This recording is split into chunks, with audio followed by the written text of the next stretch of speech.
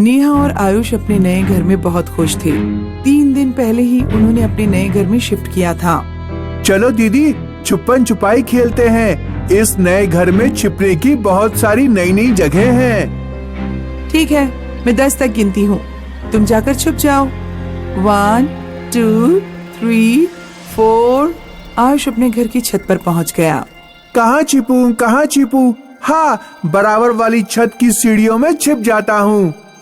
नेहा की छत के बगल में खाली मकान था, जिसकी छत पर सीढ़ियों का दरवाजा नीचे था, जहाँ सीढ़ियाँ खत्म होती थीं। आयुष बगल की छत पर गया और सीढ़ियों से नीचे जाकर दरवाजे के पास खड़ा हो गया। मैं आ रही हूँ, मुझे पता है तुम कहाँ छुपे हो। बाल्टी के नीचे। बाल्टी के नीचे नहीं? अच्छा, मैं समझ गई कि ये कहाँ छिपा होगा। नेहा ने अलमारी को खोलकर देखा, आयुष वहाँ नहीं था। छत पर गया होगा। दीदी मुझे यहाँ कभी नहीं ढूंढ पाएंगी। ये छुपने के लिए बहुत अच्छी जगह है। आयुष दरवाजे पर पीठ लगाकर खड़ा था। अचानक उस दरवाजे के नीचे से किसी की उंगलियां निकली। आयुष चीखता हुआ सीढ़ियों के ऊपर भागा।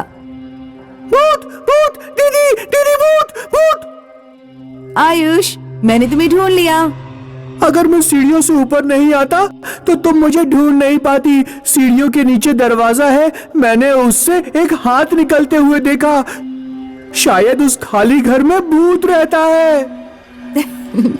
पागल, ये भूत वगैरह असलियत में नहीं होते। जरूर उस घर में कोई रहता होगा। चलो, मैं चलकर देखती हूँ। नेहा आयुष के साथ नीचे जाने ही वाली थी, लेकिन तभी उनकी मम्मी शालिनी वहाँ आ गई। आयुष, नेहा, चलो नीचे चलो, तुम्हारा स्नैक्स तैयार है। अगले दिन रात को आयुष और नेहा के घर की लाइट चली गई। गर्मी में नींद नहीं आ रही। मम्मी, लाइट कब आएगी? आ जाएगी बेटा, बस कुछ दिनों की बात है। जब पापा घर आएंगे तो इन्वर्टर लगवा लेंगे। अभी जब तक लाइट नहीं आती तब तक तुम दोनों जाकर खेल सकते हो। आयुष और नेहा रात में ही छुपन छुपाई खेलने लगे। पिछली बार मैं डैन बनी थी, इस बार तुम बनो। ठीक है, मैं 10 तक गिनता हूँ। 1 2 3 4। नेहा छत पर पहुंची। बगल वाली छत की सीढ़ियों में जाकर छिप जाती हूँ। आयुष वहाँ मुझे नहीं ढूंढ पाएगा, क्योंकि उसे लगता है कि वहाँ कोई भूत रहता है। नेहा बगल वाली छत की सीढ़ियों से नीचे उतरकर दरवाजे के सहारे खड़ी हो गई। मैं आ रहा हूँ। अचानक दरवाजा खुल गया। अरे, क्या ये दरवाजा बंद नहीं था? नेहा अंधेरे में उस घर में घुस गई। घर के अंदर अंधेरे कमरे में नेहा को किसी की आवाज सुनाई दी। डार्क रूम में किसी औरत की भयानक आवाज। इधर आओ बबली, मेरे पास आओ। क्या तुम मेरे साथ छुपन छुपाई खेलोगी? बबली? मेरा नाम बबली नहीं, नेहा है। कौन है वहाँ पर? यहाँ आओ, कमरे की तरफ। नेहा डरते डरते अंधेरे कमरे में चली गई। कमरे में एक भूतनी खड़ी थी, जिसके सिर में दर्जनों चाकू घुसे हुए थे। नेहा बुरी तरह चीखते हुए सीढ़ियों की तरफ भागी। जल्दबाजी में सीढ़ियां चढ़ते हुए उसका पैर फिसल गया। भूतनी ने पीछे से नेहा का पैर पकड़ लिया। डरो मत, मेरे साथ छुपन छुपाई खेलो। भूतनी नेहा को पकड़कर मकान के अंदर खींचने लगी, लेकिन तभी आयुष वहां आ गया और नेहा का हाथ पकड़कर तेजी से चिल्लाने लगा। मम्मी, भूत! मम्मी बचाओ! मम्मी जल्दी यहाँ आओ! हाँ, ये तो आयुष और नेहा की आवाज लगती है। शालिनी तुरंत दौड़ती हुई छत पर पहुंची।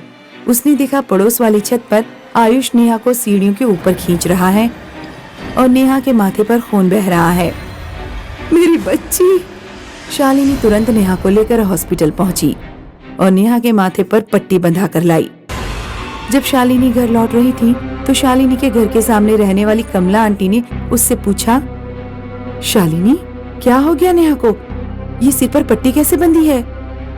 ये दोनों हमारे मकान के बगल वाली छत पर छुपन छुपाई खेलते हुए सीढ़ियों के नीचे चले गए थे।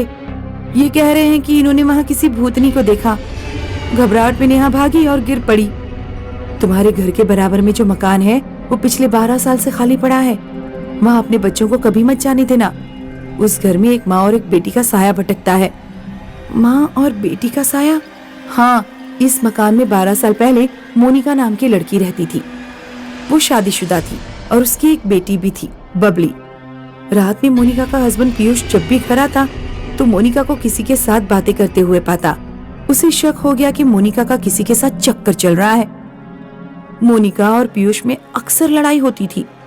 एक दिन पीयूष बहुत खराब मूड में ऑफिस से घर लौटा। जब उसने मोनिका को फोन पर बातें करते देखा तो उसका खून खौल गया और उसने चाकू से मोनिका और अपनी बेटी बबली की हत्या कर दी। पीयूष इस समय उम्र कैद काट रहा है। मोनिका और बबली की आत्मा इस घर में भटकती है। शालिनी ने छत पर एक ऊंची दीवार खिंचवा दी ताकि नेहा और आयुष बगल की छत पर कभी न